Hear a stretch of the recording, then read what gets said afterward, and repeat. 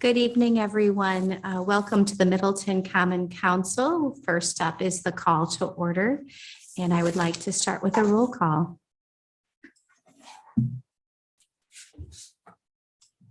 Alder Schaefer. Here. Alder Wilkins. Here. Alder Cole. Here. Mayor Kuhn. Here.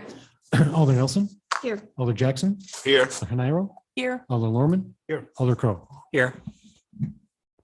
Next on the agenda is public comments. Do we have anyone either in person or on Zoom? I don't have anyone that gave me a paper request to speak, and I don't see anybody with their hand up on the Zoom at this moment. Okay. Moving on, I'm going to ask that we move proclamations up as we do have people here tonight for that. And the first proclamation is the proclamation designating September as Library Card Sign-Up Month 2023.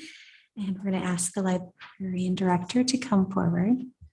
Good evening, everyone, and thank you for your time. I'm Jocelyn Sansing, your Middleton Public Library Director. And in honor of September being National Library Card Sign-Up Month, I'd like to invite all of you, if you have not renewed or if it's been a while since you've been to the library, to come visit your library and get a library card. You can do so online at midlibrary.org. And we're also working with our partners at the South Central Library System to identify some data specific to districts within our municipalities and where we can help support alders and communications around library services. So without further ado, I'd like to introduce our library board trustee, Stephanie Moritz. Thank you, Jocelyn.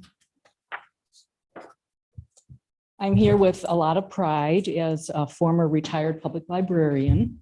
So I would like to start the proclamation, which reads, whereas libraries play a crucial role in the education and development of children, from story times for preschoolers to college and career planning for high school students, fostering literacy and a love of reading. Whereas libraries strive to develop and maintain programs and collections that are as diverse as the populations they serve and ensure equity of access for all. Whereas libraries are welcoming and inclusive spaces for people of all backgrounds to learn together and engage with one another across cultural, ethnic, generational, and economic lines, strengthening the social fabric of the communities they serve. Whereas libraries help people of all ages navigate the complexities of life, providing access to research, information, and government services that allow everyone to lead more productive and fulfilling lives. Whereas libraries contribute to a strong local economy by providing access to the technology and training that are critical to the success of job seekers, entrepreneurs, and students. And whereas in times of crisis, libraries and library professionals play an invaluable role in supporting their communities both in person and virtually. Whereas the shared resources libraries offer reduce the number of items households buy and dispose of, providing a simple way to save money, conserve resources, and reduce waste. Whereas a library card sparks creativity and empowers all people to explore new passions and interests and pursue a path of lifelong learning. Whereas libraries are cornerstones of democracy, promoting the free exchange of information and ideas for all.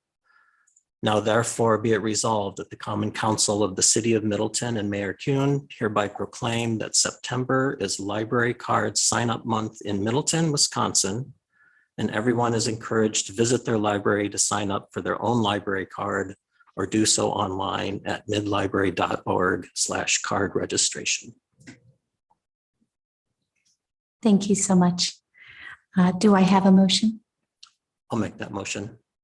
Do I have a second? Schaefer seconds. Okay. Any discussion?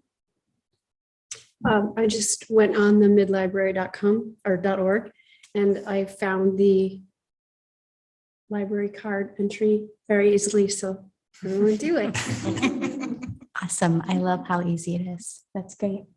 All those in favor of the motion to pass the resolution, please say aye.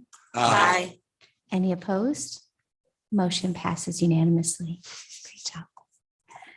Next is the proclamation honoring the Middleton Chamber of Commerce. So if you want to come up. Talk.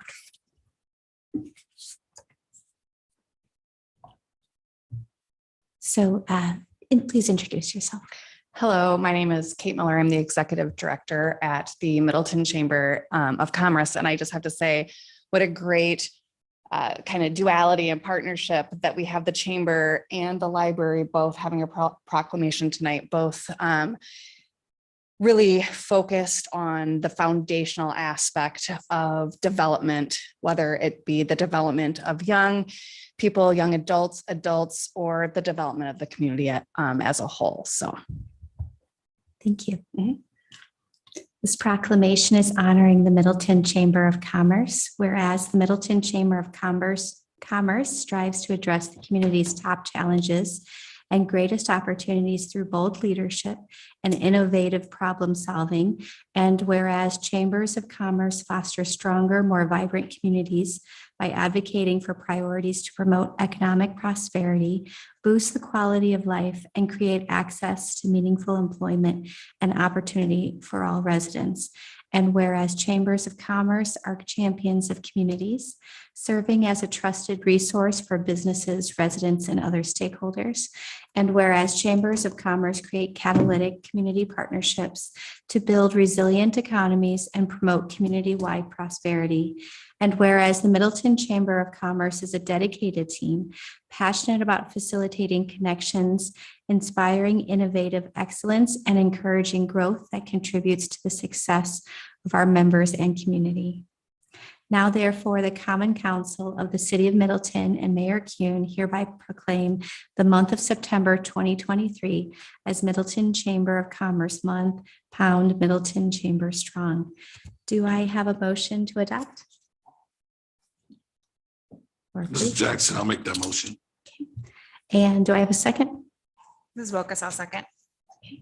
Any discussion? Hearing none, all those in favor of approving, please say aye. Aye. Any opposed? The motion passes unanimously. Thank you, Council. Moving on to the proclamation honoring the Youth Center Director, Gabrielle Hanahara.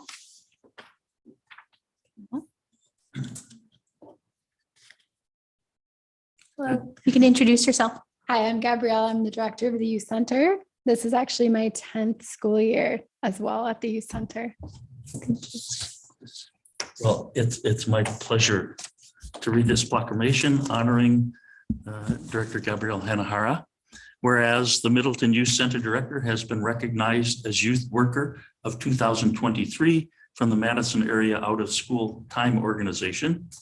And whereas this award exemplifies the outstanding contributions made in support of the youth of Dane County and Middleton. And whereas the high quality out of school programming that the Middleton Youth Center provides supports positive youth development, educational achievement, and readiness for college, career, and community. And whereas the programs led by Ms. Hanahara help to bring together opportunities to ensure the mental and physical health and well-being of the young people of Middleton. And whereas the energy, passion, and creativity of Ms. Hanahara and her team are a testament to this award and the services provided by the Middleton Youth Center. And now, therefore, the Common Council of the City of Middleton and Mayor Kuhn hereby honor the significant impacts Gabrielle Hanahara has on the Middleton community youth. Thank you.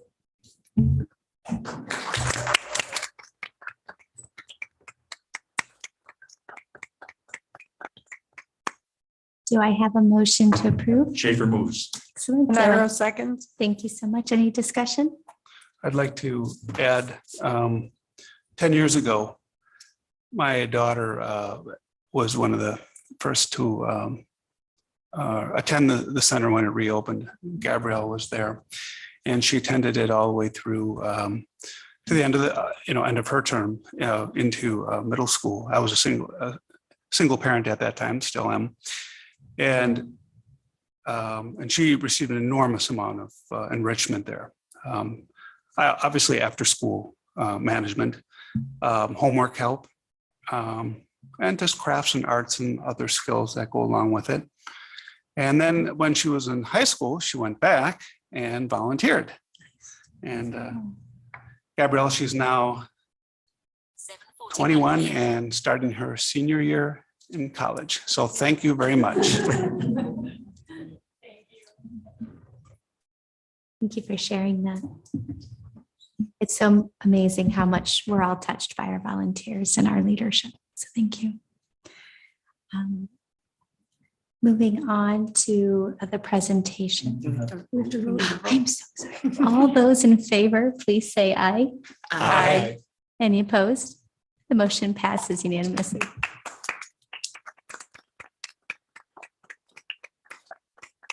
You want to come forward and do a photo? Yes.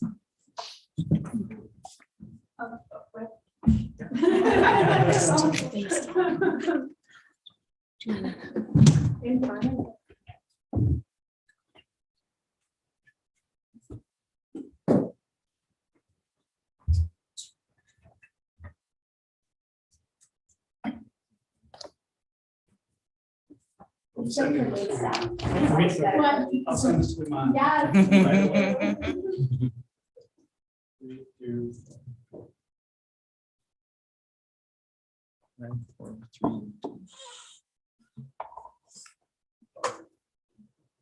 Thank you.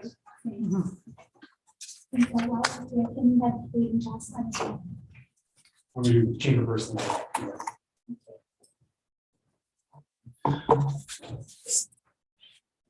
So excited, got ahead of the votes and the pictures. That they have cardigans. They're cool. Yeah.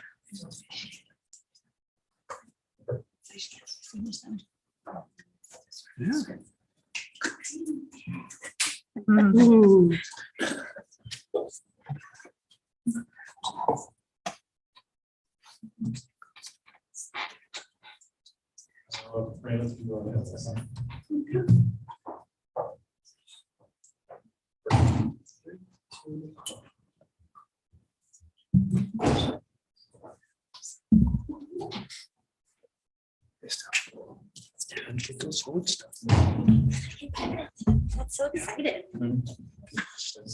She had such a good experience.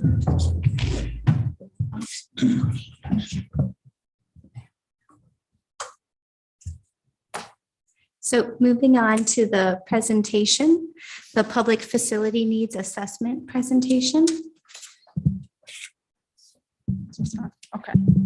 All right. So over the last 18 months, the city of Middleton has been working with Baker Tilly to complete a public facility needs assessment to include updates for statutory changes, as well as an analysis of current parkland and improvement needs for the city of Middleton. Tonight, Baker Tilly will review their draft report and provide further background information on the current fees and parkland dedication requirements, along with recommendations for updates and impact fee creation. This will be an informational meeting to provide an update to the Common Council, to you all, to answer questions and receive direction regarding additional information or options that you all would like to consider. The city will need to hold a public hearing on the needs assessment and proposed ordinance prior to action by the Common Council. The recommended timeline is listed in the memo I provided, and I can also go through that. And we do have October 3rd being the date, the recommended date of public hearing. Carla is here on behalf of Baker Tilly to the Baker Tilly team to provide an overview of the needs assessment in your packet, and please feel free to ask questions throughout her presentation. We really want to make sure that everybody understands what's being presented tonight and can really give me a little bit more feedback if there's additional information to be provided after tonight's meeting. Good evening and thank you. I am Carla Gogan, a partner with Baker Tilly.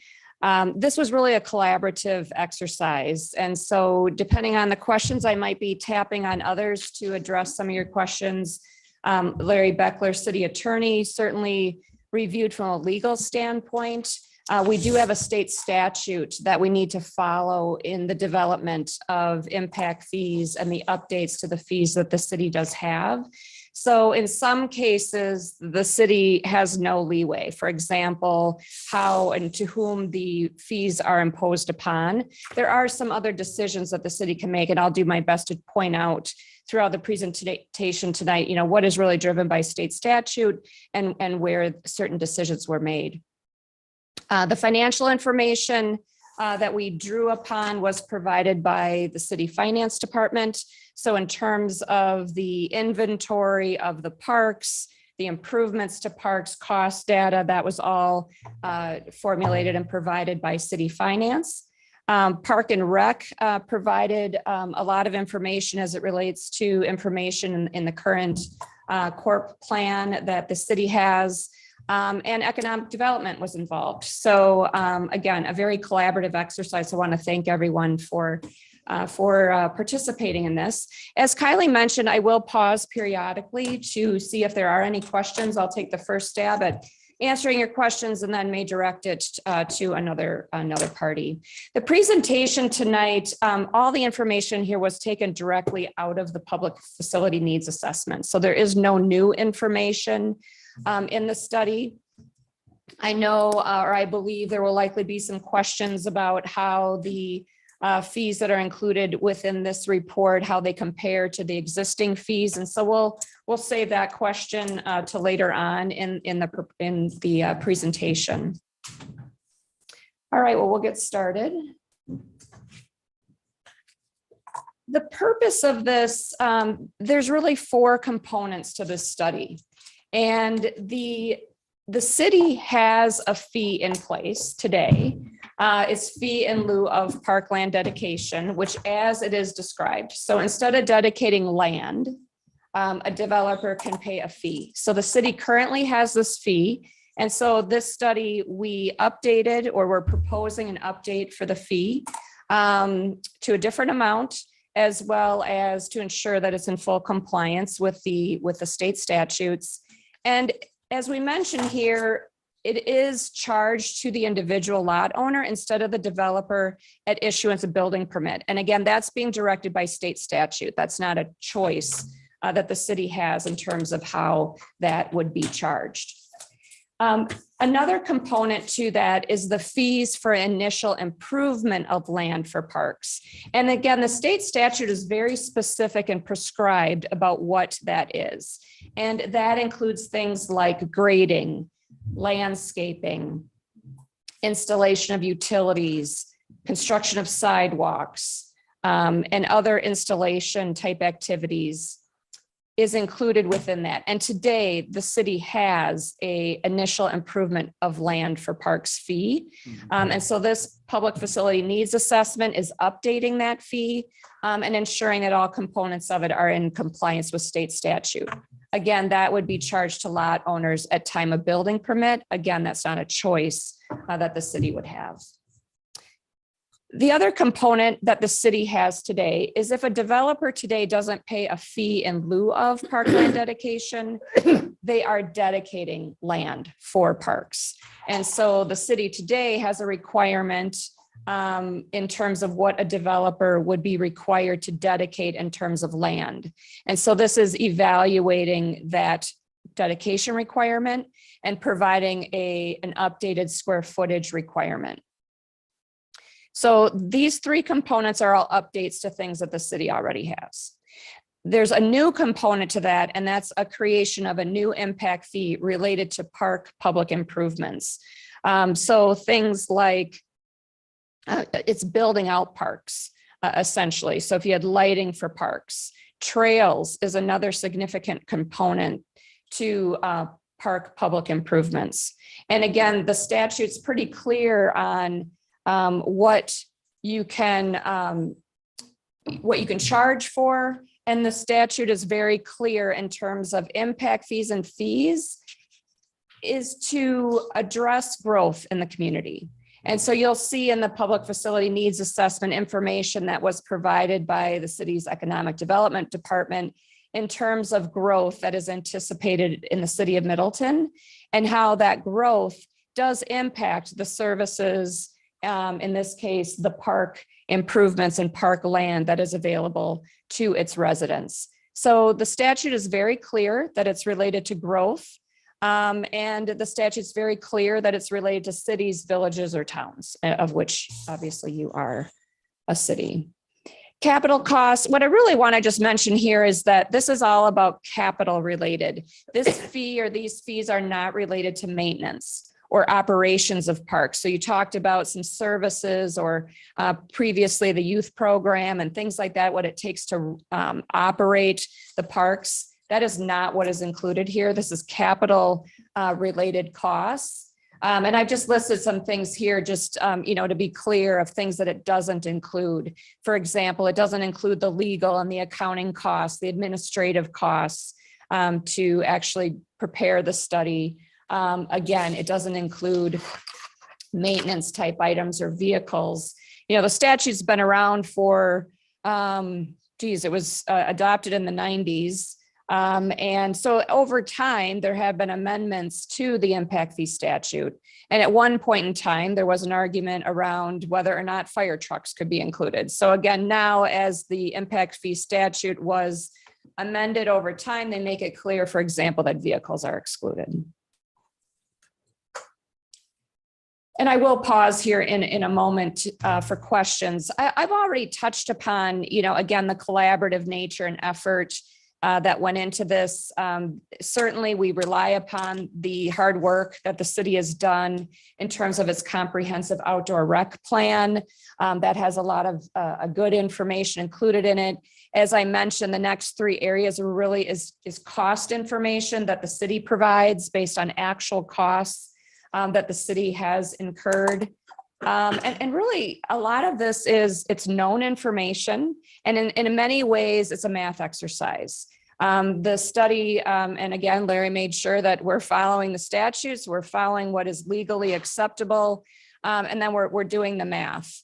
One area that is, an estimate, though, would be the population growth projections. That is something that you do your best to estimate what you anticipate the growth to be, which then is an indicator what the demands of the park systems is going to be. So there's a lot of information on this page. These assumptions are taken directly out of the study itself. As I mentioned, a lot of this is known information in accordance with what the statute will allow for. With the estimate being around the 2040 population projection. On this page, again, one thing that is different, and I did have a chance to connect with Kylie just in advance of the meeting, and she did include a memo in your packet for tonight. And my understanding is she did amend the memo during the day and uploaded a new memo. So for those that had questions regarding cost comparisons or fee comparison, she has included some data regarding that in the updated memo. But as her and I were talking about it, it's difficult to compare apples to apples because the study that is in front of you calculates a fee based on single family homes. And there's an assumption that there's 2.62 individuals in that single family home. It doesn't take into consideration number of bedrooms. This could be a 2-bedroom home. It could be a 4-bedroom home. And then we have a consideration for multifamily. And again, the current fees that from my understanding that Middleton has in place really focused on the number of bedrooms. So it was 1 bedroom. It didn't take into consideration. And again, if someone from the city has a different interpretation, please feel free to jump in and correct me. But the current fee didn't take into consideration single family, multifamily, and group quarters is something new. It's strictly based on bedroom. And so multifamily is also assumed based on the census data provided that you have 1.81 individuals in that multifamily home. So presumably within that, and that could be typically multifamily is going to be a duplex. So one side of a duplex would qualify as multifamily, a fourplex, an apartment building. And so typically your census data would show that there's, fewer individuals within that multifamily unit. And then a group quarters is relatively new, and this is addressing assisted living type facilities where typically you're going to have an apartment or some type of facility that has one resident in that assisted living facility. And so again, one resident, potentially one bedroom, it could be a studio. So it is difficult as you go through the information that the city provided. It isn't comparing apples to apples because the fees you're going to see tonight is based upon, we do compute it by resident, and then it gets converted into how many residents there are in a typical, or individuals in a typical single family, multifamily, and group quarters. I'm going to say a couple more things, then I'll pause at the end of this slide before I move on. Impact fee zone, the statute does allow for or would permit multiple impact fee zones. We don't typically recommend it. And the studies I've been involved with typically utilize one impact fee zone, just because it can become unwieldy to try to navigate and manage impact fee zones. And again, depending on where the land is for development and for parks, typically it's expected that, or we would consider, the city also agreed, management, that it would be one impact fee zone for the city of Middleton. So it's considered that all residents of the city of Middleton benefit from the entire park capital improvements, including your trail systems and so forth. So I'm going to pause there before I move into, I think, the next slide. I'll go into some of the standards, but I'm going to pause there for a minute if there's questions at this point. Can you just go back a slide? I was just I guess I could look at my thing. Never mind. I didn't have a question. I was just looking at a statistic. Thank you. Sure. Alder Hanira. Oh, I'm sorry, Randy. No, you can. Oh, okay, thanks. I have a couple of questions. I'm trying to wrap my head around this new impact fee. So, because it seems like it's double counting or double charging. If we charge the initial improvement fee of the property owner, and then have an impact fee, the park, what did you call it? The park, public park improvement, or no, impact fee. Is that impact fee trying to get at people moving into a new development who are using parks all over the city as opposed to the park in their local neighborhood? So I put on here the fee calculation just so you can see what is being referred to. We talk about dwelling unit type that we just talked about. The next column, the park public improvement impact fee, that is new. That is accounting for example, trails. It is accounting for things like lighting in parks. It's accounting for things that are improvements to parks that are not included in the next column over. So it is not double dipping, if you will, because the costs that are included in each of these calculations are different costs. The fee in lieu of parkland dedication is really tied to the land. So that is going to include the cost of the actual land for parks that the statutes allow you to collect money for, to actually have the park improvements, which is in the first column, and the trails. And then the improvement, the land improvement cost is the prepping the land to make it ready for the park improvements. And I'll keep going back to, say, lighting, for example, or it could be shelters in a park. It could be ball diamonds. It could be fencing. Yeah, Larry, just jump in. Of course. And may I just say, now I'm extra confused because the memo refers to 3 fees. There's the fee in lieu, there's the initial improvement of the fee for initial improvement of land for parks, and then the creation of a new impact fee related to park public improvements. But now this calculation summary only shows 2 fees. The update piece of it, the update that has, and I'll just address this question, I'll turn over to you, Larry. The update piece that you just referred to, the land cost, and then the initial cost to improve land are added together in that fee in lieu of parkland dedication column. So that includes the 2 components that are an update. And the new piece is the first column, the park public improvement impact fee. Yeah, the issue here comes through a statutory anomaly. In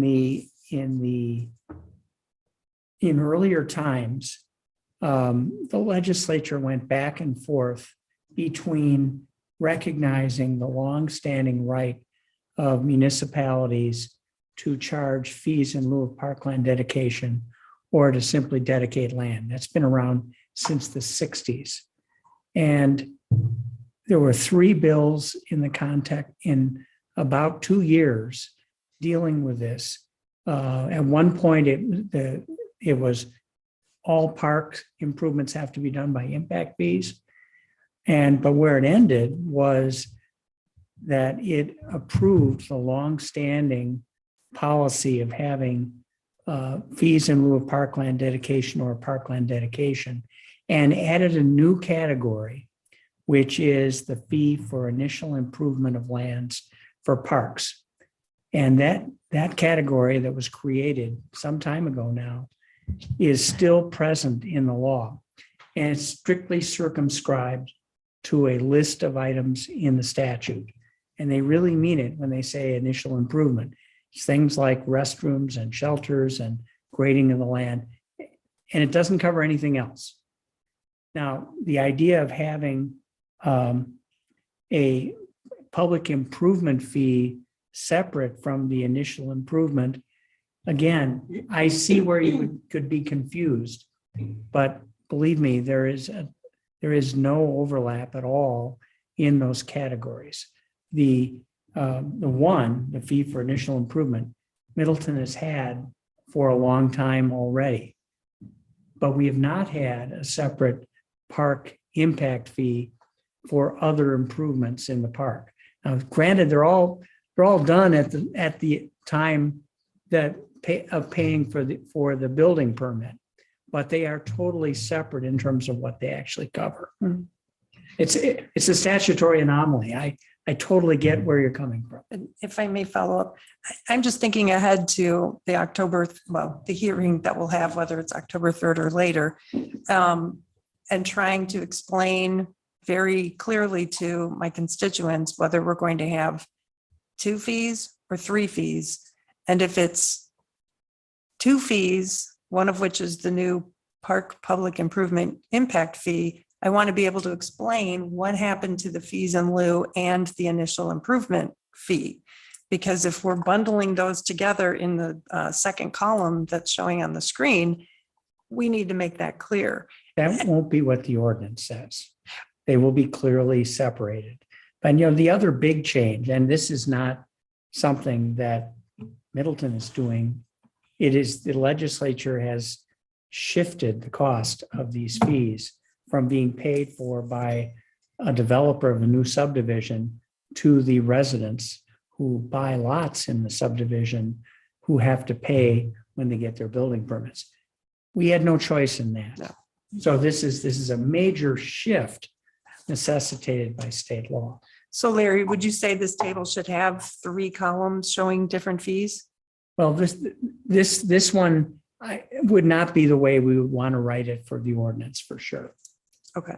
And those 3 funds, those streams, Bill, all need to be accounted for separately? Yeah, we'll need to track the revenues by type and the uses are for the purposes allowed. And there will be 3. That's my understanding, yes. Thanks. Alder Crow and then Alder Nelson. Going back to some of the assumptions where we have approximately 309 acres of active parkland, how often does that change? Like as we add new parks, if we get rid of a park, Because that would adjust the calculations too, I would assume, as well as population. And I'll defer the question regarding the amount of acres, but you're correct. And one thing we do recommend is that you revisit the park impact fee or the fee. I'm just going to refer to them tonight as fees.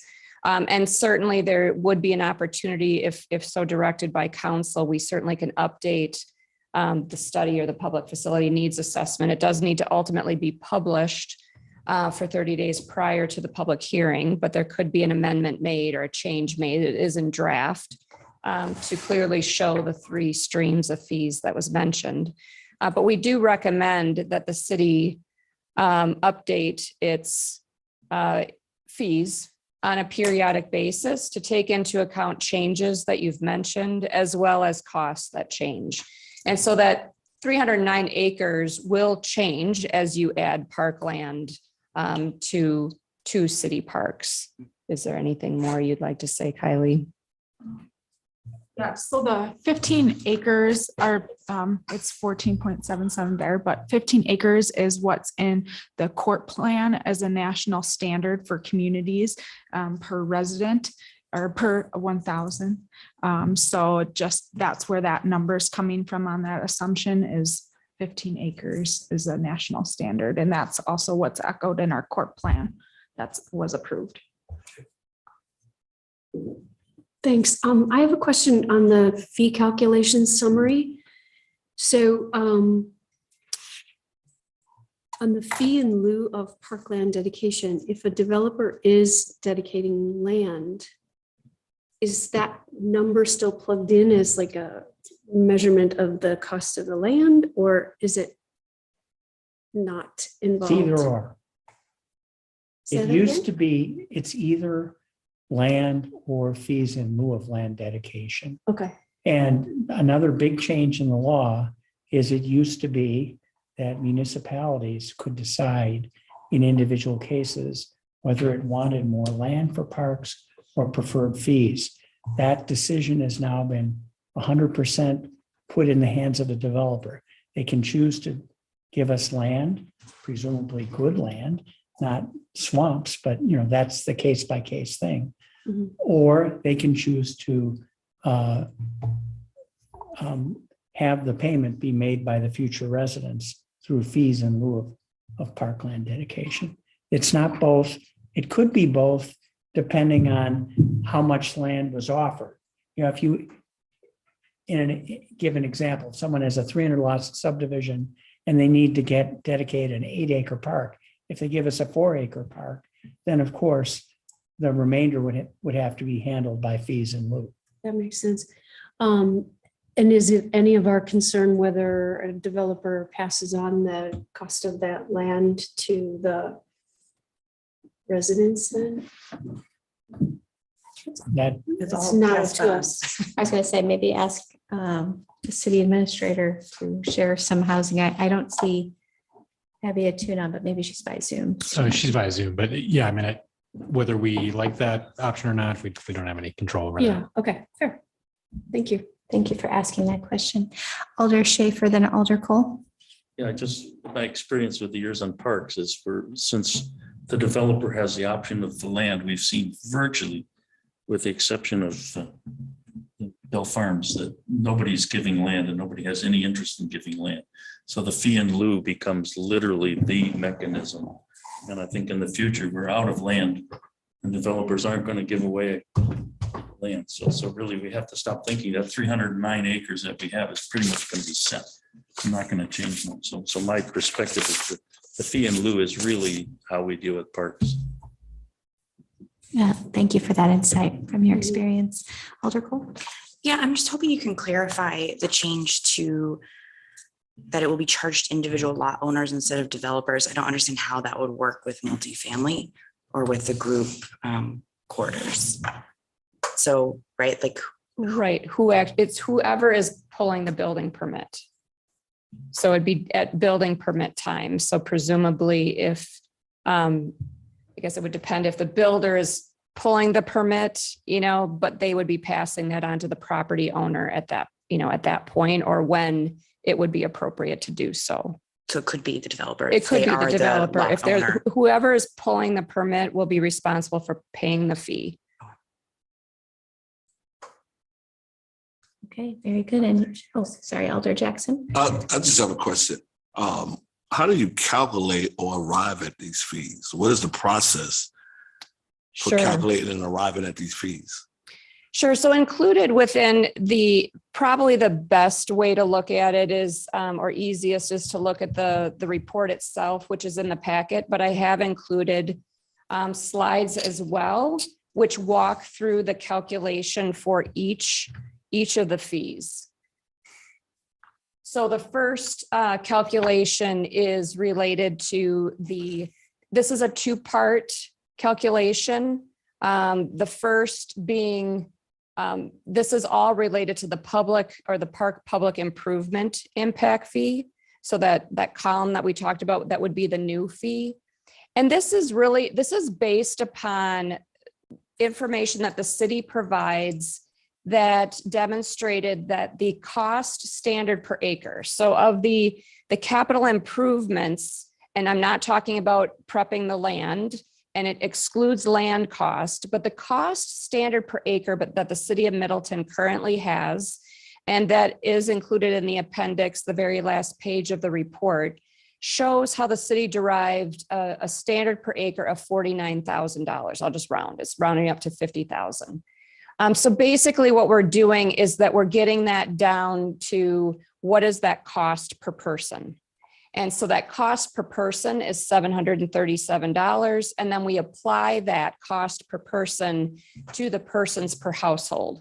So in this case, the $737 times the 2.62, and that gets to your cost per. We need to add another component to it. So if you're saying, well, why doesn't the math work, Carla? It's because we also have to add on the trails piece, which is the next page. Also, the city provided what is the cost standard for a lineal foot of trail, and that's $227. And again, we looked at that, then how we converted that down to the cost per person, which is $1,547. So we're taking that cost per person for trails plus the cost per person for the other park improvements, and that is the cost per person, which is listed here as $2,284, and then that is multiplied by the anticipated number of individuals per household, which is based on census data, to get to the fee itself. Yeah, great question. Always good to hear more. Also, I love my trails, even though they seem pricey, but they're very good to have. Any other question, Alder Hanira? Yes. So I can't help but notice that these fees, if you, not on this page, but if you look at the total, the 13,000, whatever, that's a significant, no matter that we're comparing apples to oranges, if we do compare apples to apples, it still seems like a significant increase over what we're currently charging, which was just updated in 2018. So that's one question. What happened between 2018 and now to drive up these costs so much? And the second question is just comparing it to what our peer cities charge. It's 3 or 4 times what they charge. And Sun Prairie and Wanakee updated their fees in 2020 and 2023. So I'm trying to figure out why in Middleton we're proposing, or it's being suggested that council increase these fees so much. So I'll start, but then I will defer to management ultimately. In terms of one thing that is driving the cost or driving the fee up is that new component that the city was not charging for in the past. So that is a driver. The fees that are proposed here, and again, I'll let management speak to this. The city does have the option, and Larry certainly can correct me if I am wrong. The city certainly has an option of phasing in fees over a period of time. So you can do a phase-in approach. You also can choose to reduce the amount of the fee as long as that reduction is done fairly across single family, multifamily, and group quarters. So you do have the option of doing something less than what is included in the study. But in terms of what has happened between 2018 and now, whether Kylie or someone else from the city would like to. I'm not sure if Abby's on too, as far as what was increased in 2018. I don't believe that we increased it in a large capacity. I know that they were looked at that time, and they were altered slightly, but I don't believe that there was a very large increase in 2018, or a study was done at that time for like a needs assessment was done at that time. I mean, I'm here on the line, Kylie, and I agree with that. I think at the time in 2018, when the fees were increased, it was more of an incremental approach. I could go back and do kind of a full history of the last time that we did a full study and how fees have been increased since then, if that would be helpful for the council. Well, first I'll say hi, Abby. Nice to see you. Alder Schaefer. Yeah, I can't address the issue about the other communities, but we went through this in our last 3-4 years on parks and decided that, in fact, not only us, but other cities are way behind the curve of what it costs to maintain the parks and what we have. And it was a very concerted decision on our part to put forward numbers that represented true costs. Not what was ideal, not what would be electable and passable, but true costs, so that at least the council could look at these numbers and say, you can agree to half of this or a quarter of this, but you need to know that there is in fact a very calculable number that's valid and important to maintain our parks that we have. And we're way behind the curve, way behind the curve. So that's part of where these numbers come from, is a decision in parks to say, let's throw this to what the real value needs to be if we really want to be 100% behind what we're doing with the park. May I ask for clarification, though? You use the word maintain, and none of this money can be used for maintaining parks, correct? So I see us collecting a significant amount of fees, adding $14,000 to the cost of a single family home, which granted, it's already in there because the developer's passing it on. But that's giving us money to buy and improve parks, and we still are behind the curve on maintenance. Not the fee in lieu of. I mean, the fee in lieu of historically has been part of the budgetary maintenance of the parks. Now that has changed also with state law, but that, I think that was I'm talking in a general sense, but I'm not talking about the new fee, but I'm talking about the traditional fees and those. Yeah, to be clear, impact fees have never been allowed to be used for maintenance of existing facilities. That's right, but they are to acquire and improve initially new facilities, whether it's a water tower. It's not just parks here. We're only doing parks, but impact fees covers a much broader territory. It's any public improvements, capital improvements made necessary by cumulative growth of a community. But it is definitely limited to the acquisition of capital facilities. Can I add a comment that may help answer the question? I think part of what's driving the level of the fees as well is the cost of land and the availability of land. In looking at this, I had worked with the city assessor. We looked at average costs of land sales for the Bell Farm development, Red Tail Ridge, and the Heisey property. I think that our previous or current, I should say, fee in lieu of dedication is very low compared to what current land prices are. And that's part of why you're seeing developers not providing land and choosing to pay the fee.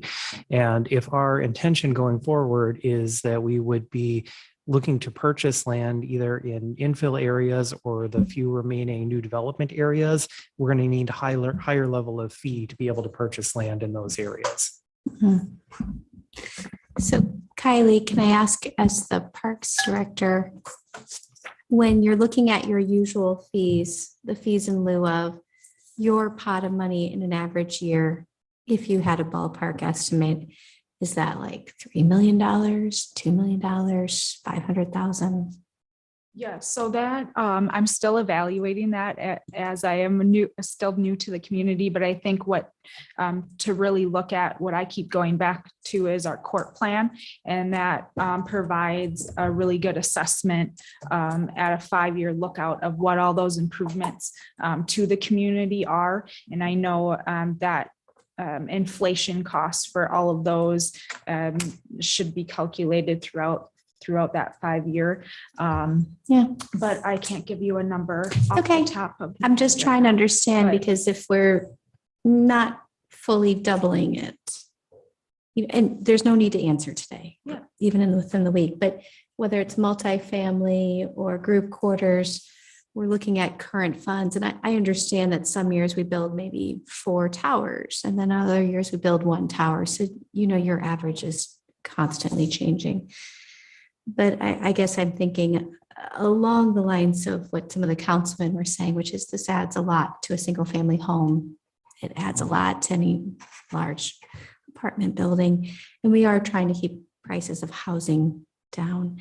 But I'm glad that you're at least conversating about what that 5-year plan is and how do we work towards those park goals. And Bill's concept of land prices going up helps us understand that. So thank you to you both. I think also something really to note of why that increase, I don't thank you, Bill, for adding that land that drives it up quite a bit, but also the population growth in Middleton is significantly higher than any of our surrounding communities.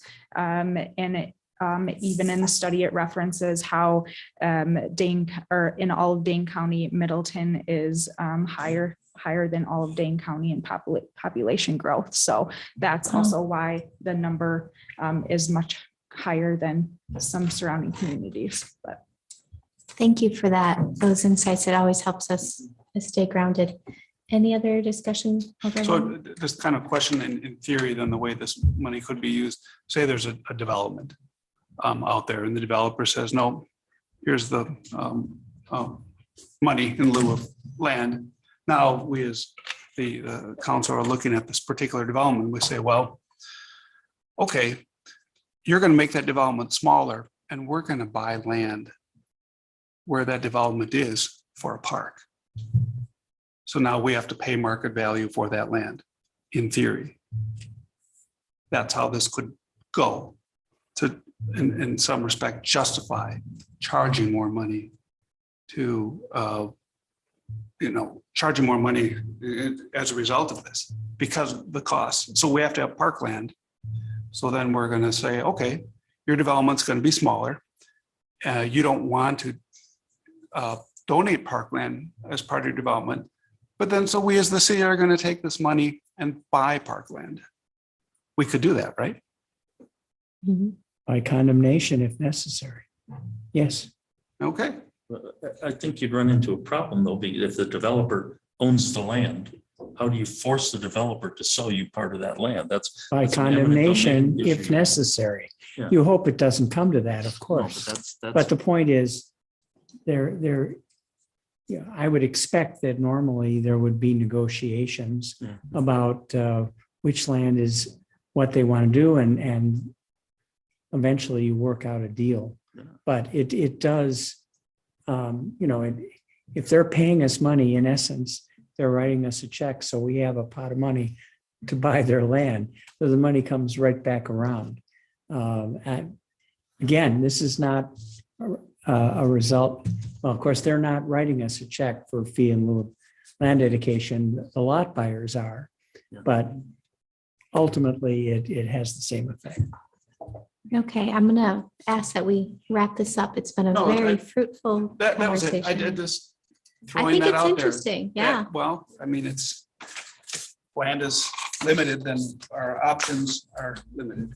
And that's a fair point, because our neighbors, we know that they have their boundaries are pretty solid, and they're looking to keep those solid. So we're running out of growth area. So it's a fair discussion. And If I I can appreciate just, that. 30 seconds is just the other problem with that. And I agree with you in concept, but it's the idea of the pocket parks. And we spend a lot of time thinking about the cost of little tiny pocket parks all over the place. And if you give each developer to give a little tiny pocket park, the cost of the value of those parks to us goes way up. Things we can discuss at future meetings. I love learning all about pocket parks and fees. I'm learning a lot tonight, everyone. Thank you so much for your time. Did you have more presentation? Or maybe I will just paused in the middle. Wrap up just with a couple comments. Questions were asked about calculations. So the presentation that I believe was provided to you does include snapshots from the study itself. We talked about the impact fee component. There is also the calculation for the parkland, the fee in lieu of land dedication. The $203,000 per acre is related to the cost of land. And per the study, that was 134,000 approximately. And then for the site improvements, about 68,000. And again, that's detailed in the full study in the appendix. So again, just showing you the calculation for that component. And then the square footage dwelling unit. So this would be the dedication requirement if land were dedicated.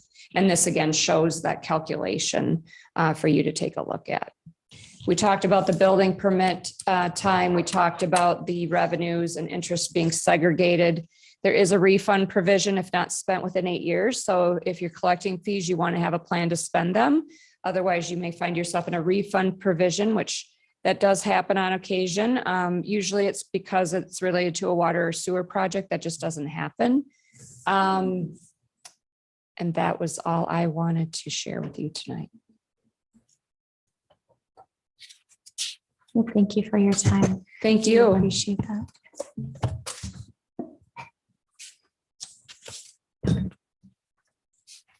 Okay, great, robust discussion.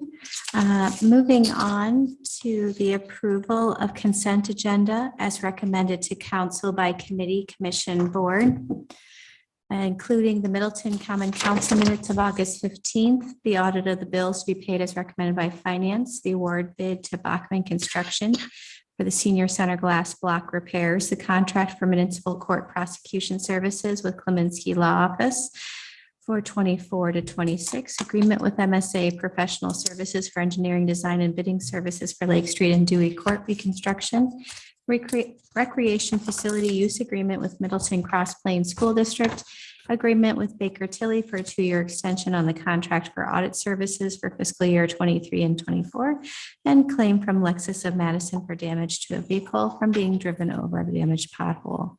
Do I have a motion? I will move approval with the exception of item number 5. Okay. Do I have a second? This is Wilkes, I'll second. Any discussion?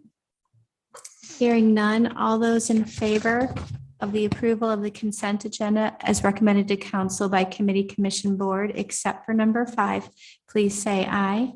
Aye. Any opposed? The motion passes unanimously. Returning to the approval of consent agenda number 5, agreement with MSA Professional Services, Inc. for engineering, design, and bidding services for Lake Street and Dewey Court reconstruction.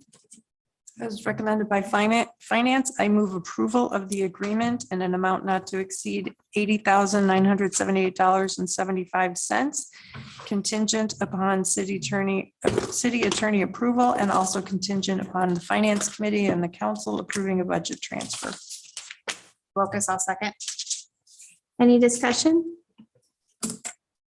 Hearing none, all those in favor of approving the agreement with MSA Professional Services for engineering, design, and bidding services for Lake Street and Dewey Court reconstruction not to exceed $80,978.75 and pending city attorney approval and finance and council approval of a budget transfer. Thank you so much. Please say aye. Aye. Any opposed? Motion passes unanimously. Thank you for that. All right, so moving on to committee appointments. First up is the appointment of Crystal Wang to Workforce Housing as a student member. Do I have a motion? I move approval. Do I have a second? This is Wilkes, I'll second. Any discussion? Hearing none. All those in favor of approving Crystal Wang to workforce housing as a student member, please say aye. Aye. Any opposed? The motion passes unanimously. Next is the appointment of Ann Pusser to Ethics Committee as a staff member representative. Do I have a motion? Schaefer will move. Do I have a second? Mormon second. Any discussion? All those in favor, please say aye. Aye. Any opposed? Motion passes unanimously. Next is convene into closed session. Mr. Gatto, can you help me? Yes, we'll be convening in closed session pursuant to state statutes 19.851E for deliberating or negotiating the purchase of public properties, investing of public funds, or the conducting of other public specified business whenever competitive or bargaining reasons require closed session. Reason for the closed session is discussion of real estate acquisitions necessary for the North Parmenter Road project, generally from Century Avenue to Greenbrier Road. I'll take attendance for closed session. All those in favor in closed session, please signify by saying aye. Sorry, I got to do by roll call. Alder Schaefer, Aye. Alder Wokus, Aye. Alder Cole, Aye. Mayor Kuhn, Aye. Alder Nelson, Aye. Alder Jackson, Aye. Alder Haniro, Aye. Alder Lorman, Aye. Alder Cole. Aye. I'm sorry, just to be clear, there was a motion and a second besides your reading. No, there was. There was not, so sorry. Yes, I need that. Yeah, we need to have a motion and a second I will move. We go into closed session. I'll second. for the reasons stated by Brian. Okay, and now I'll ask for attendance or for an affirmative again. Alder Schaefer, Yes. Alder Wokus, Aye. Alder Cole, Aye. Mayor Kuhn, Aye. Alder Nelson, Aye. Alder Jackson, Aye. Alder Haniro, Aye. Alder Lorman, Aye. Alder Crow. Aye.